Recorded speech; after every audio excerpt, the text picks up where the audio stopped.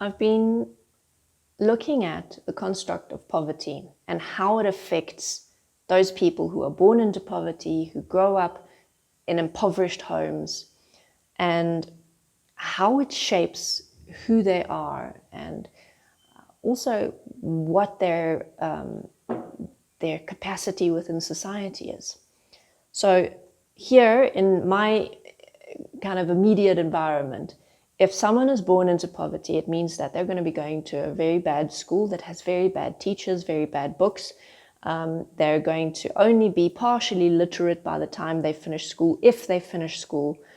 And they're most likely going to grow up in a very, very poorly constructed house that has a lot of safety issues, may or may not have running water, may or may not have electricity. Very possibly one or both of their parents, if they have both parents there, are addicts. Very possibly they have multiple other family members who are also addicts. One or both of their parents will be unemployed. The public healthcare system is extremely bad, so they will also have limited education in terms of how to properly care for themselves within that setting of healthcare. They will have access only to very poor nourishment, so they're not going to reach their full physical potential, and also never really know, without someone educating them, what it means to properly taken the right nutrition. And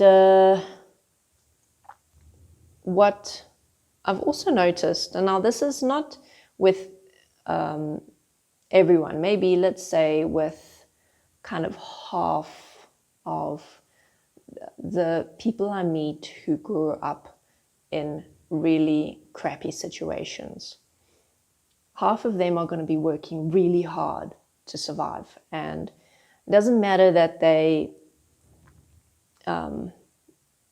have all of these disadvantages. They do what they can, they get the jobs that they can get, even though they pay terribly, even though they have to commute for 2 hours morning and 2 hours in the evening. And well, there is no public transport here, so they use these minibus taxis, which are very scary because a lot of the time drivers either don't have licenses or the vehicle's not roadworthy, or anyway. So they're working really hard to provide for their families, to make their lives a little bit better. But then there's a pretty big portion of people who I meet who come from that background, where it's almost as if they're stuck in this perpetual state of adolescence. And when I say adolescence, what I mean is that that phase that a lot of us go through, where we think we're invincible, where we don't care about anyone else, where we just want to have fun, where we don't think about the consequences, where we have lowered inhibitions, where we just want to go out and drink and party all the time. And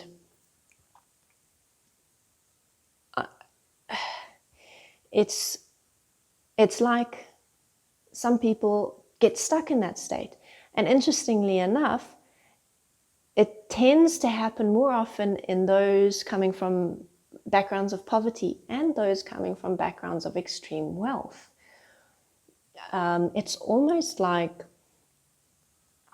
there's this common thread of like a lack of purpose and a lack of meaning to life, and a lack of really knowing how to create a better life.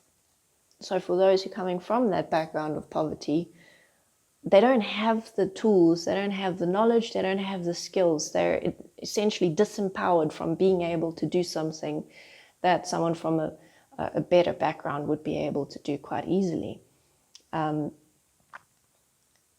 And also then if you compare it to people who come from extreme wealth, where everything is just handed to them, where they never had to learn how to do anything, once again, you put them in a kitchen, they can't even cook themselves some 2-minute noodles, you know. I don't know if you've ever met people like that, but I have. And it's not, the point is not here to judge people, because we're all a product of the lives that we're born into, the people we happen to meet, the people who happen to nurture us in different areas of our lives. So in a way, everyone is innocent. At the same time, though, we're all responsible. So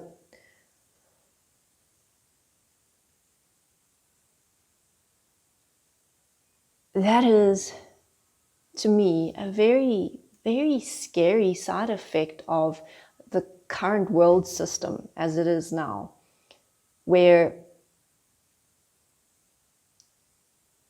our ability as a global community to implement changes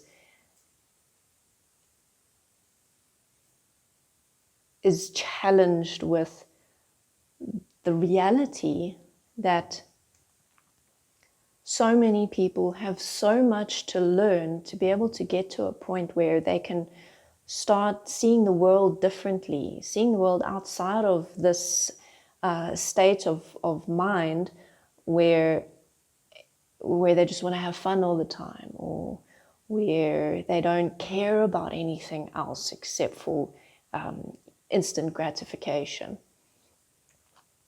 And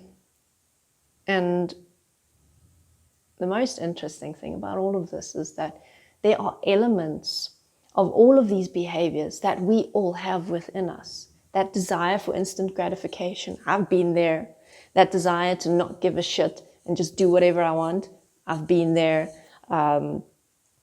Wanting to just bury my head in the sand and not face anything, not deal with anything, I've been there. So it's not like these are alien things that people are doing. It's things that we all do. It's just some people are manifesting more extreme, more intense experiences of these things. So there is a huge amount of education that needs to take place in order to support those people who are in these disadvantaged positions. And yes, I realize that there's a lot of this rings true for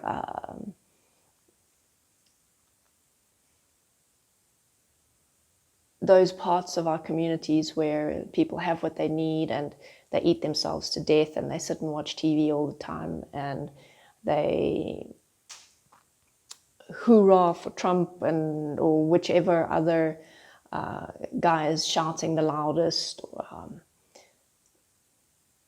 I see the similarities. Can't cover that in this video, so that's a different topic for a different day. But it just goes again to show the point that it's not like any of this is foreign. It's all stuff that we all have lived at some point or another, or continue to live now. Maybe just not so intensely. All right, so the change that needs to take place can start with us. It doesn't mean that we need to go out and do educational clinics for impoverished people. But at the very least, what we can start doing is don't judge people for the life that they are in. Promote a culture of understanding, promote a culture of solutions based on that understanding. And that means that's how we need to start talking about everything with that goal and that purpose and that intention within us. Be the change, even if it's just within your family, within your life. If you're willing, share the changes you've made and the effects that it's had. Sometimes it's just a few written words or telling a story to someone or making a video or whatever. But we don't need to be superheroes. The bottom line is that the 7 billion plus people need to change, and we're not all going to be superheroes. We need to make these changes in our personal lives, in our day-to-day routines. Okay, thank you very much for watching. You're going to see me next time.